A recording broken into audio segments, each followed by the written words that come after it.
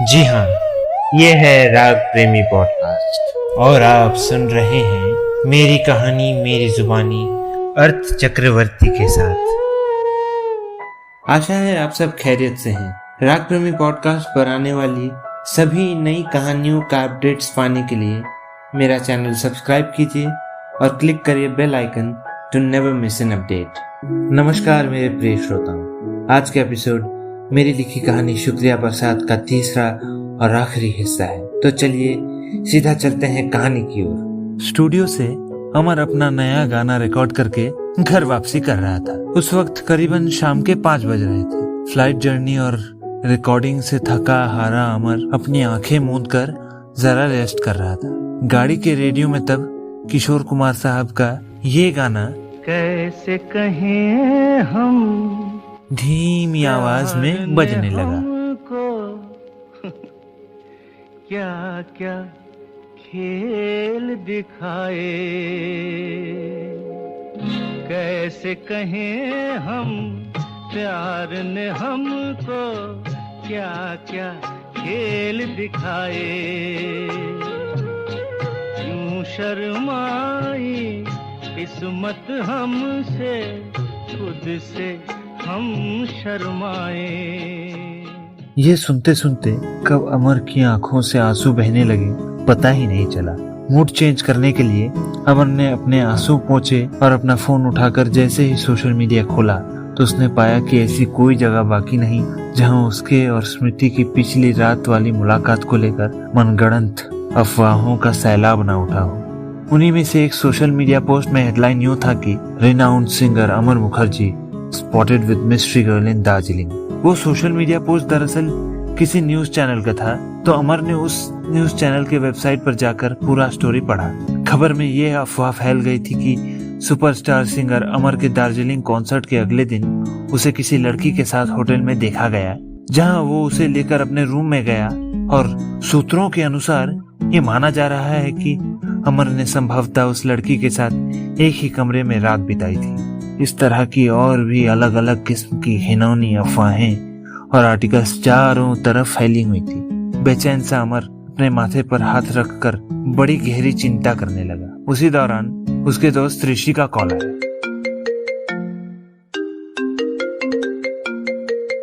Hello अमर, हो गया तेरा रिकॉर्डिंग? कम से कम एक मिस कॉल तो कर लिया कर भाई। अरे सॉरी यार ऋषि, वैसे बहुत बढ़िया रिकॉर्डिंग सेशन था। इतनी सुंदर धुन थी यार, क्या बताऊं। वो सब छोड़ भाई, वो तो होता ही रहेगा। न्यूज और सोशल मीडिया में तेरे बारे में क्या चल रहा है कुछ मालूम भी है? हाँ देखा मैंने, ये मीडिया वाले कुछ भी स्टोरी बना देते हैं यार। There is absolutely no point in all this nonsense bro. जो हुआ ही नहीं उसे स्पाइस अप करके पब्लिक में हाइप अप करने की क्या जरूरत थी। लेकिन मेरी ये समझ में नहीं आ रहा है कि मीडिया वालों को पता कैसे चली कल रात वाली बात। वही तो मेरी भी समझ में नहीं आ रहा है, कौन हो सकता है जिसने बकवास फैलाई। मुद्दे की बात यह है, तू कब लौट रहा है दार्जिलिंग वापस? यहाँ ये बेचारी रो रोकर अपनी हालत खराब कर रही है, और तू भी ज्यादा स्ट्रेस मत ले भाई। यार उसको बोलना आंसू बहाना बंद करे। और कितना स्ट्रेस लूं मैं। खैर आज तो फ्लाइट अवेलेबल नहीं है, मैं कल पहली फ्लाइट से पहुंच रहा हूँ वहाँ। एक काम कर ऋषि, तू कल शाम की एक प्रेस कॉन्फ्रेंस अरेंज कर। हमें ये मामला जल्द से जल्द निपटाना ही पड़ेगा भाई। ठीक है, चल रखता हूँ, घर पहुंचकर बात करते हैं। Bye. Okay done, bye bro. घर में एंट्री करने के बाद अमर ने माँ बाबा को जोर से आवाज लगाई और कहा, माँ बाबा, मुझे कल फिर दार्जिलिंग जाना पड़ेगा, कुछ जरूरी काम आ गया है। बाबू ये सब की होच्छे? कौन है ये लड़की और ये सब क्या लिखा है तेरे बारे में? अरे माँ, तुम्हें जानो ओके, स्मृति आचार्य, याद है मेरी स्कूल में? ओ अच्छा, के स्मृति कहाँ मिली तुमसे? सब ठीक है ना बेटा? हाँ बाबा, सब ठीक है। आपको तो पता है ना कि कुछ मीडिया वाले कैसे छोटी छोटी बातों को लेकर तिल का ताड़ कर देते हैं। कल रात मुलाकात हुई थी स्मृति से, लेकिन फिर तेज बर्फीली बारिश हो रही थी, इसलिए मैंने उसे अपना ओवरकोट उड़ाकर अपने होटल रूम में ले गया था। फिर वहाँ फ्रेश होने के बाद ऋषि ने उसे घर पहुँचा दिया था। इसके अलावा और कोई बात नहीं है। कल उसी वजह से जा रहा हूँ प्रेस मीट करने। आप दोनों बिल्कुल चिंता मत कीजिए, मैं और ऋषि सब संभाल लेंगे। अपना ख्याल रखना बेटा, और जल्दी लौट आना। उस रात सोने से पहले ऋषि का फिर कॉल आता है। हाँ अमर, एक बहुत ही जरूरी बात पता लगी है। कल रात होटल की लॉबी में एक फ्रीलांस जर्नलिस्ट था जिसने तुम दोनों को साथ में देखा होगा। अरे बाप रे, अगली बार से अलर्ट रहना पड़ेगा भाई। ओ वैसे कल प्रेस कॉन्फ्रेंस में स्मृति को मत ले आना, अननेसेसरली मीडिया वालों को एक और मुद्दा मिल जाएगा हाइप अप करने के लिए। ठीक है भाई, तू सब मुझ पर छोड़ दे। चल ठीक है फिर, सी यू टुमारो, गुड नाइट। अगली सुबह 11 बजे फ्लाइट लैंड हुई। ऋषि बागडोगरा एयरपोर्ट आया था अमर को रिसीव करने। दोनों दोस्तों ने फिर रोड जर्नी में कई मुद्दों पर चर्चा की, जिसमें से एक था वो बंदोबस्त जो अमर ने ऋषि को उस रात करके रखने को कहा था। दरअसल वो बंदोबस्त ये था कि अमर ने स्मृति के साथ खुद को एक डोर में बांध के रखने की इच्छा व्यक्त की थी, लेकिन शायद ईश्वर को कुछ और ही मंजूर था। खैर, ऋषि और अमर ने दार्जिलिंग पहुंचने पर एक कॉटेज हाउस में चेक इन किया। फिर फ्रेश होकर उन दोनों ने कुछ देर आराम किया और 5 बजे की प्रेस कॉन्फ्रेंस के लिए तैयार हो गए। प्रेस मीट शुरू होने पर ऋषि ने खुद को अमर के दोस्त और सेक्रेटरी के रूप में इंट्रोड्यूस किया। सबसे पहली बात जो उसने मीडिया वालों को साझा की वो थी उस रात जो भी हुआ उसका चश्मदीद गवाह ऋषि खुद था। इसीलिए तमाम न्यूज चैनल्स और सोशल मीडिया पर जो भी मनगढ़ंत घटनाएं अमर और उस लड़की के बारे में लिखी गई हैं वो बिल्कुल बेबुनियाद है।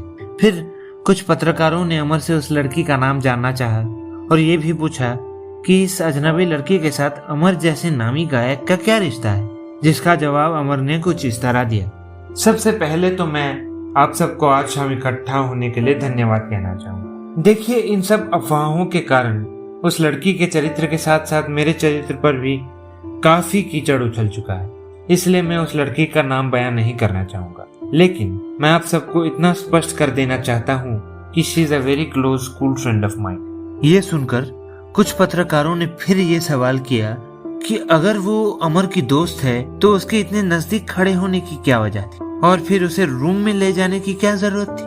क्या कोई और भी संबंध है अमर का उस लड़की के साथ? इन सवालों को सुनकर अमर ने अपने क्रोध को नियंत्रित करते हुए व्यंग्यात्मक रूप से कहा, अरे वाह, कितनी बढ़िया सोच है आप सबकी। आप सबके घर में भी माँ, बहन, बीवी या बेटियां होंगी, उनके बारे में भी यही लफ्ज इस्तेमाल करते होंगे आप लोग। कुछ लिहाज कर लीजिए सर। और रही बात उस लड़की का मेरे नजदीक खड़े होने की, तो आप सबने देखा होगा कितनी तेज बर्फबारी और तूफान चली थी उस रात। ऐसे खराब मौसम में मैं अपनी बचपन की दोस्त को अकेले छोड़ के कैसे आ जाता? शायद आप लोग छोड़ देते अगर मेरी जगह होते तो। एक इंसान और उससे भी बढ़कर एक पुरुष होने के नाते मेरा ये फर्ज बनता है कि मैं किसी भी स्त्री की ऐसी हालत में हिफाजत करूं। और एक बात ये कि मैं उसे अपने कमरे में ले गया था इसलिए ताकि वो जरा फ्रेश हो जाए, और हम लोग तो केवल बैल्कनी में बैठकर कुछ देर कॉफी पी रहे थे। इसमें रात बिताने और बाकी घिनौनी बातों की गुंजाइश ही कहाँ आती है? खबर छापना आप सबका पेशा है, जरूर कीजिए, लेकिन दूसरों की बहू बेटियों को लेकर लिखने से पहले कम से कम अच्छे से जांच कर लिया कीजिए। That's all I wanted to say। आशा है आप सब मेरे इन जवाबों से संतुष्ट हुए हैं और मैं उम्मीद करता हूँ इन अफवाहों को मिटाने में आप सब मेरी सहायता करेंगे। इसके बाद अमर वहां से उठ गया और ऋषि ने मीडिया को डिस्पर्स कर दिया। गाड़ी के पास पहुंचकर ऋषि ने अमर को इत्तला किया कि कॉन्फ्रेंस के दौरान स्मृति के काफी कॉल्स आए हुए थे उसके फोन पर।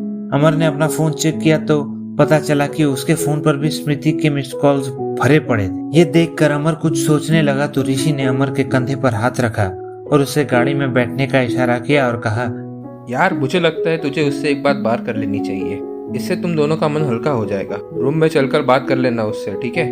चीयर अप मेरे दोस्त। वैसे I am proud of you, इस तरह तूने सारे मीडिया वालों को टैकल किया। कॉटेज रूम में घुसते ही बाहर बरसात शुरू होने लगी। मौसम का फायदा उठाते हुए दोनों दोस्तों ने चाय और पकोड़े मंगवाए। उस दौरान अमर ने स्मृति को कॉल किया। कुछ देर रिंग होने के बाद स्मृति ने कॉल उठाया और उसने अपने मन की व्यथा प्रकट की। उसने फिर अनुनय विनय करते हुए अमर से अपनी बेकरारी जाहिर की और उससे मिलने की इच्छा व्यक्त की। कुछ क्षणों बाद उसने फिर अमर को अपनी दर्द भरी आवाज में आई लव यू कहा। स्मृति की इन बातों को सुनकर अमर जरा भावुक हुआ और कांपती हुई आवाज में उसने स्मृति को तसल्ली दिलाई कि सब ठीक हो जाएगा। लेकिन इस वक्त दोनों का मिलना ठीक नहीं होगा क्योंकि फिर उस कंट्रोवर्सी को और ज्यादा हवा मिल जाएगी। काफी समझाने के बाद उसने भी स्मृति से अपने बेइंतहा मोहब्बत का इजहार किया। लेकिन अगले ही पल कुछ अजीब सा हुआ। स्मृति कॉल पर हेलो हेलो कर रही थी, पर अमर के अंतर्मन में मानो कहीं दूर से स्मृति की वही बचपन वाली बात गूंज उठी कि उसने कभी अमर को किसी दोस्त से ज्यादा कुछ माना ही नहीं। इसके तुरंत बाद नेटवर्क इशू के कारण कॉल कट हो गया। इस बात पे मुझे मेरी लिखी एक शेर याद आ रही है दोस्तों। वो कुछ यूं था कि कितनी शिद्दत से चाहा एक ही शख्स को साल दर साल, बस ये सुनने के लिए कि मैंने तुम्हें दोस्त से ज्यादा कुछ माना ही नहीं। मैंने फिर भी दोस्ती निभानी चाहिए उससे उसके कहने पर, बस ये जानने के लिए कि तकल्लुफ से ज्यादा उसकी ज़बान में कुछ था ही नहीं। ऐसा लग रहा था ये ईश्वर का ही कोई इशारा हो अमर को ये समझाने के लिए कि अभी उसे अपनी जिंदगी में प्यार मोहब्बत से बढ़कर और भी कई मुकामों का हासिल करना है, जिसके लिए उसके माता पिता और स्वयं उसने कितने कष्ट झेले थे। दोस्तों, मेरी लिखी ये कहानी तो यहीं समाप्त होती है, लेकिन अब आपको ये तय करना है कि क्या अमर और स्मृति का भविष्य में कभी मिलन हुआ या ईश्वर ने उन्हें जीवन के दो अलग रास्तों पर मोड़ दिया। आशा है आप सबको शुक्रिया बरसात अच्छी लगी और इसके पीछे छुपे अर्थ को जान पाए होंगे। इस साल की ये आखिरी पेशकश थी, इसलिए आप सभी को नए साल की अग्रिम शुभकामनाएं। मैं जल्द लौटूंगा अगले साल एक और नई कहानी के साथ। तब तक हंसते रहिए, मुस्कुराते रहिए और सुनते रहिए राग प्रेमी पॉडकास्ट।